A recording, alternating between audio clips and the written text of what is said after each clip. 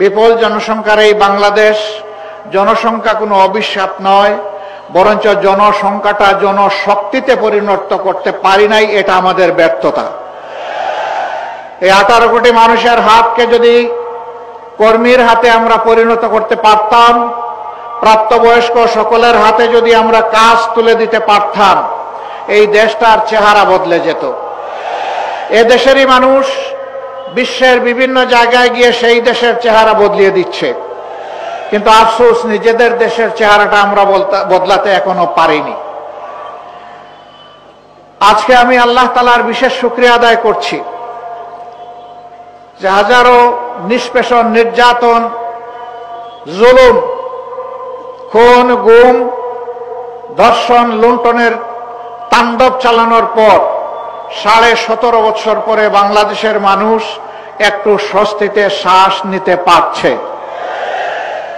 15.5 বছর টানা ফ্যাসিবাদী সরকারের বিরুদ্ধে দেশের সকল বিরোধী দল দফায় দফায় আন্দোলন করেছে। এই আন্দোলন করতে গিয়ে অনেক মূল্যবান জীবন ঝরে গিয়েছে। এই আন্দোলন করতে গিয়ে অনেকে পঙ্গু হয়েছেন, আহত হয়েছেন, অনেককে ধরে নিয়ে গায়েব করা হয়েছে। আজ পর্যন্ত তাদের আপনজন জানে না তারা দুনিয়ায় বেঁচে আছে কি নেই।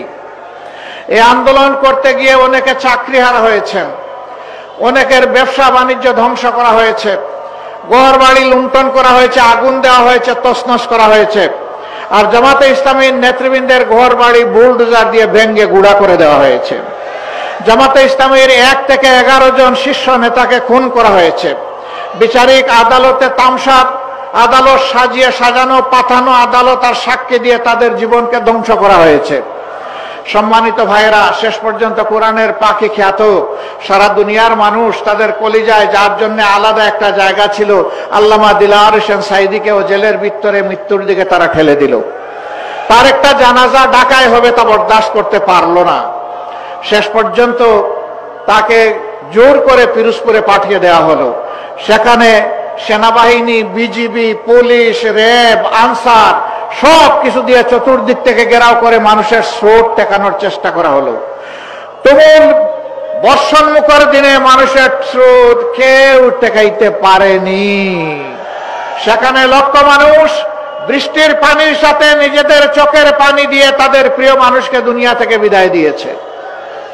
জানাজায় শরীক হয়েছে, তার জন্য কেঁদেছে, আল্লাহর দরবারে মাগফিরাতের দোয়া করেছে, তার মর্যাদা বৃদ্ধির দোয়া করেছে, আল্লাহ যেন তাকে শহীদ হিসাবে কবুল করেন সেই দোয়া করেছে।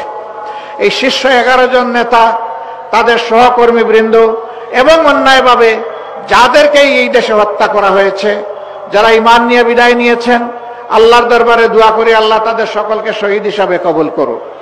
বিশেষ করে 24-এর এই আন্দোলন যা 1 জুলাই থেকে শুরু হয়ে 36 জুলাই এসে শেষ হয়েছে, এই আন্দোলনে যারা বুক পেতে দিয়েছিল, বুক পেতে দিয়ে বলেছিল বুকের ভিতরে তুমুল ঝড়, বুক পেতেছি গুলি কর, বুক পেতে দাঁড়িয়েছিল খোলা অস্ত্রের মুখে, গুলির মুখে, সংকোচ করেনি জীবন দিতে। একজন মন্ত্রীকে এক পুলিশ অফিসার তখন বলেছিলেন, স্যার একটা মারি একটাই পড়ে, এরপরে 4 জন দাঁড়িয়ে যায়, 10 জন দাঁড়িয়ে যায়। এটা সেই দেশ। আলহামদুলিল্লাহ, আমরা গর্বিত।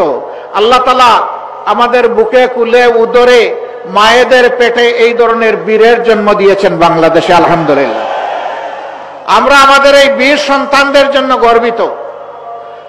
আমাদের অন্তরে তাদের ভালোবাসার একটা বিছানা তৈরি হয়ে গিয়েছে। আমরা তাদেরকে শ্রদ্ধা করি। জাতিকে জালিমের অক্টোপাস থেকে মুক্ত করার জন্য তারা যে উদ্যোগ জীবন বাজি রেখে নিয়েছিল, তার জন্য আমরা তাদের কাছে কৃতজ্ঞ।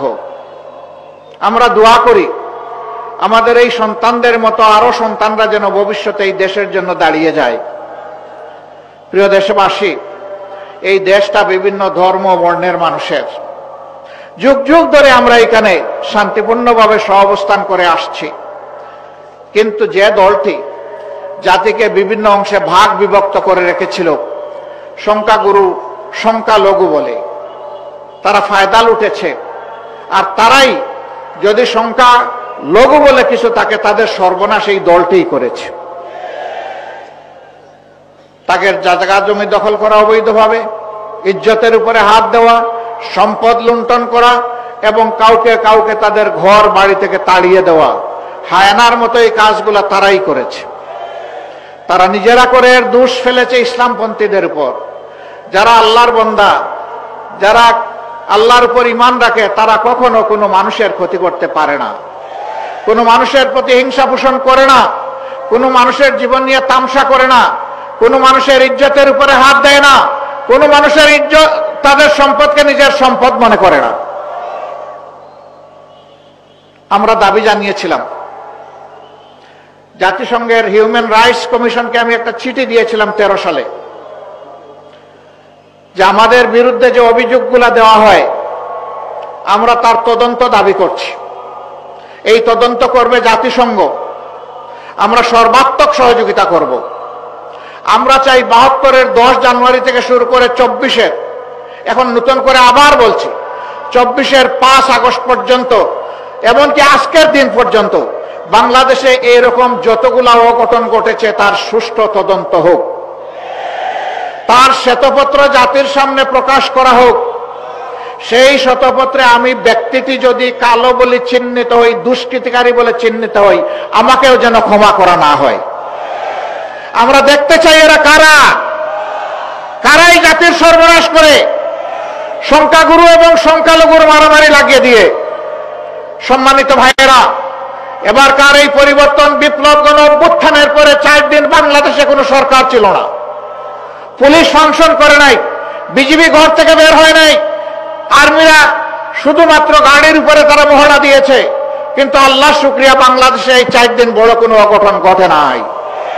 কারণ এই দেশের মানুষ দেশকে ভালোবাসে, মানুষকে ভালোবাসে, এই জন্য এই দেশের প্রত্যেকটা মানুষ ছিল এই 4 দিন সরকার।